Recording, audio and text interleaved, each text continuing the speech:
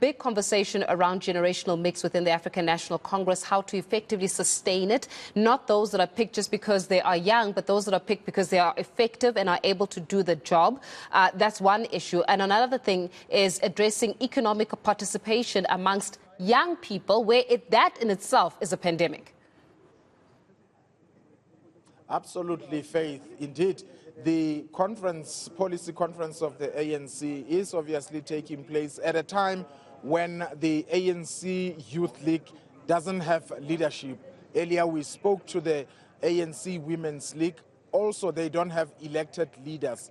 And of course, as much as the young people are represented by people who were appointed to revive the structures of the ANC Youth League, the branches, and make sure that the ANC Youth League goes through an elective conference. They are here. Obviously, they have also made input. Very interesting, some of them, suggesting that there has to be a retirement age in active politics.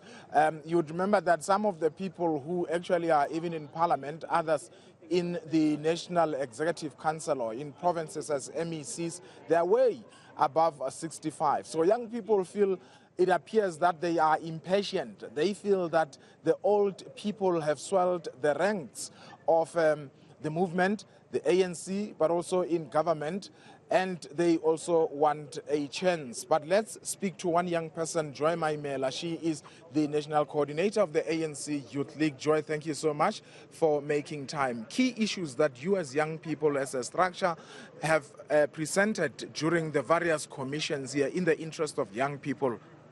Thank you very much, Moloko, and good morning to the viewers at home. Of course, as the ANC Youth League, we've made very key submissions to this policy conference as it relates to organizational renewal, where we're speaking about the inclusion of young people in leadership structures of the ANC. We're demanding a 40% representation in all structures of the ANC.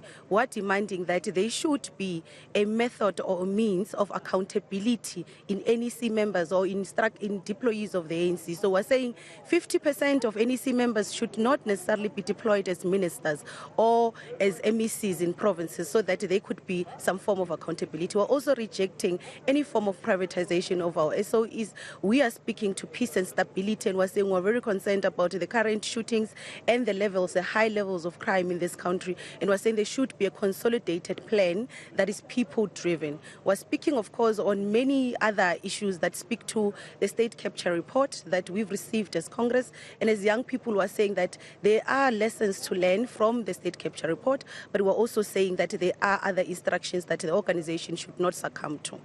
And such instructions that you say the ANC should not succumb to include the scrapping of the step-aside rule?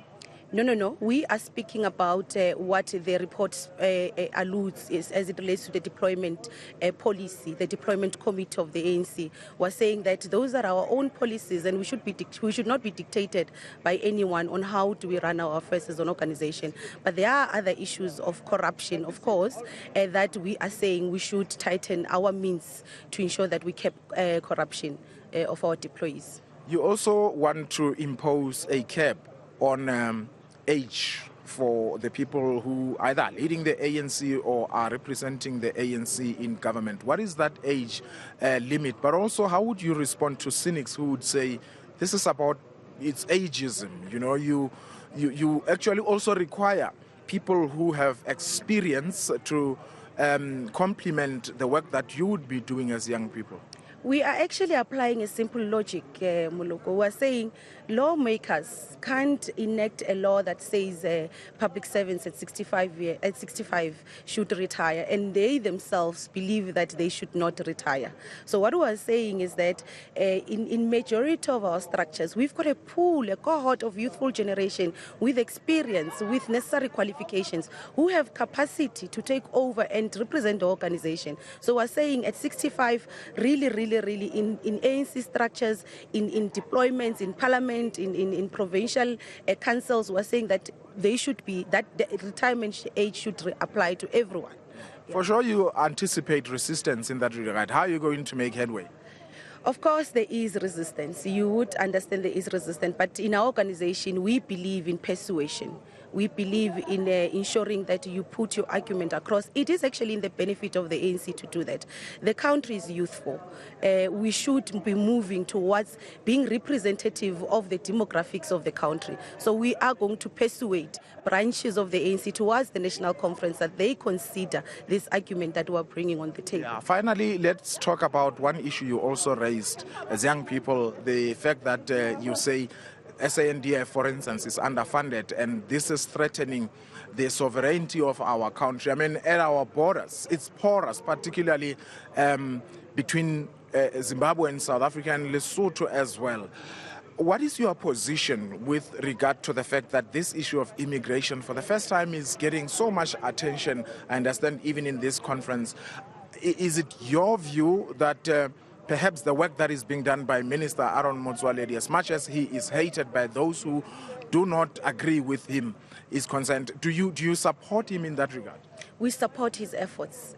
Wholeheartedly support his efforts, because majority of our members who are our constituents have complained. They've raised alarming concern about illegal immigrants who are competing with them for jobs, and jobs that are really your soft skill jobs. And they believe that there is just no control, there is no means to regulate the entry to our country, and that has created even problems in terms of bylaws in municipalities where you've got foreign nationals who are owning spaza shops in many communities, a space that we believe should have been reserved for locals so that they can at least try and enter the market or the economic market. Yeah, Joy Maimela, that's all we had time for. Thanks for yours.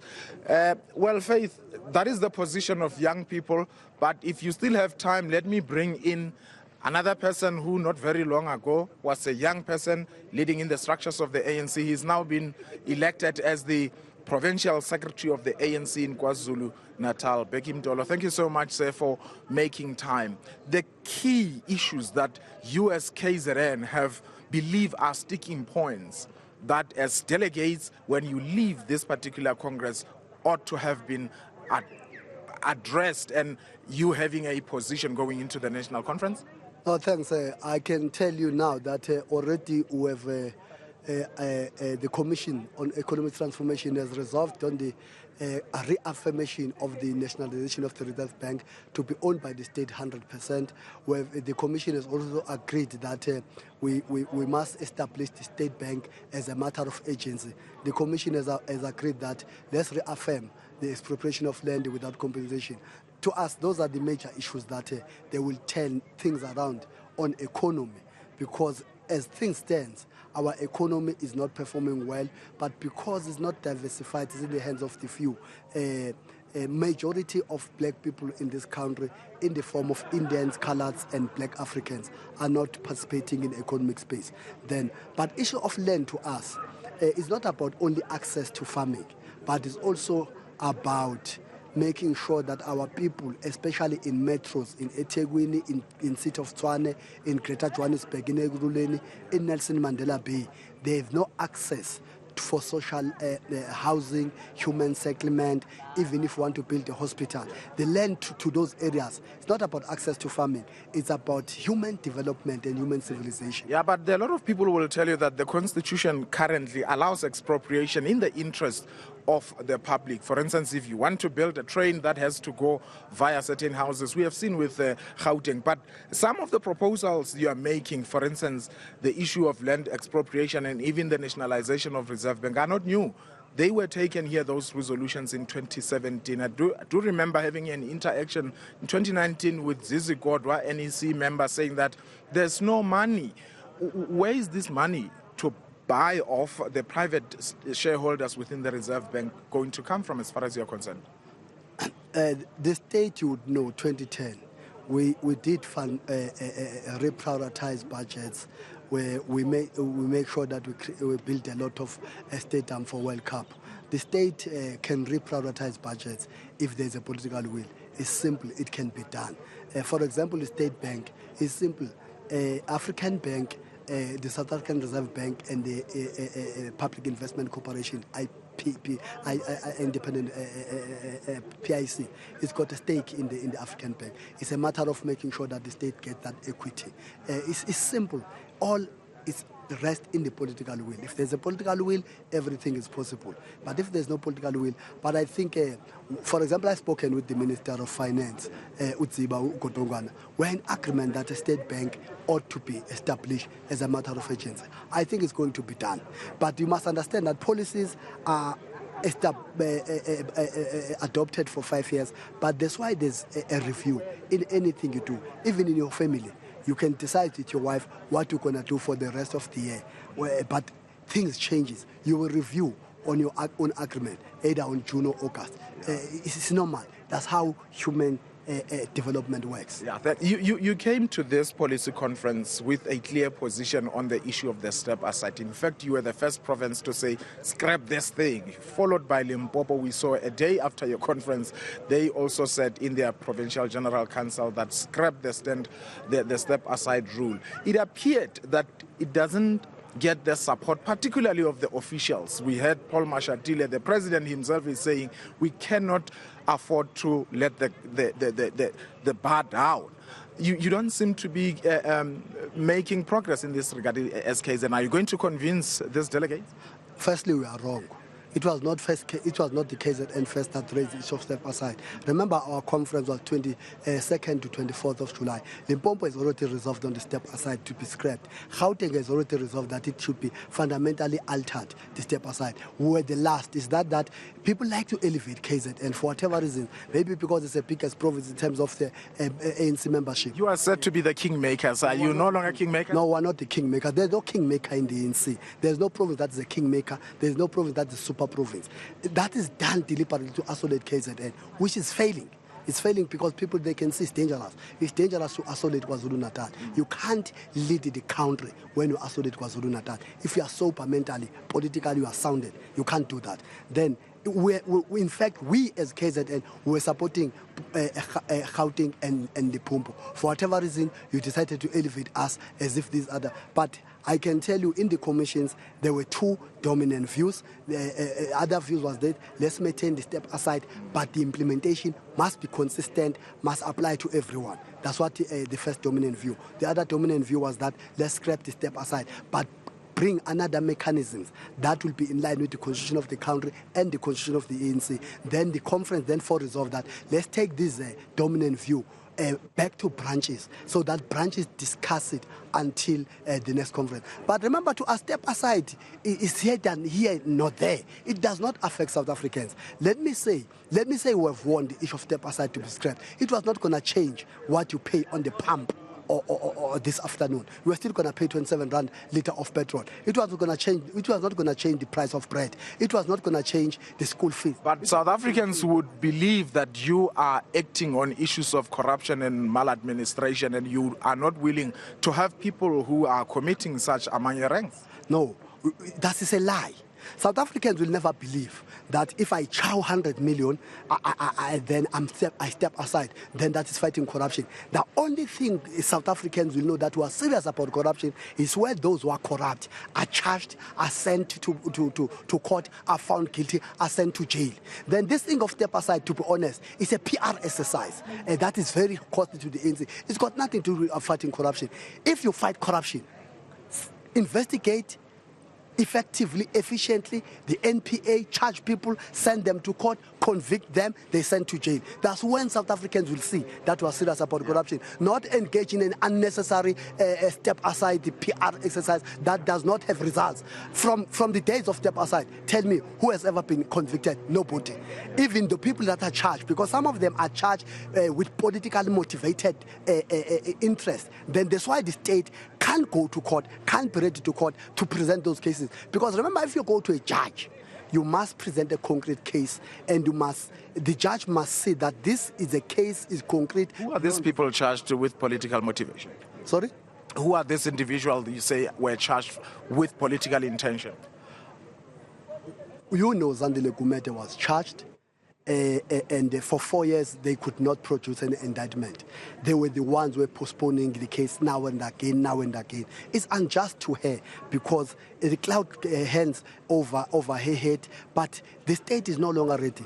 Ace was charged some 2,000 charges, but they were reduced, but the state is not ready to proceed. Phumlani Mkolo in the Eastern Cape was charged almost 8 years ago. Terrorist to now has been charged, was sent to court, and then the court struck off the roll, was charged again, the court struck off the roll, is already charged again. Then you can see this is a mess. You can't have a mess like this.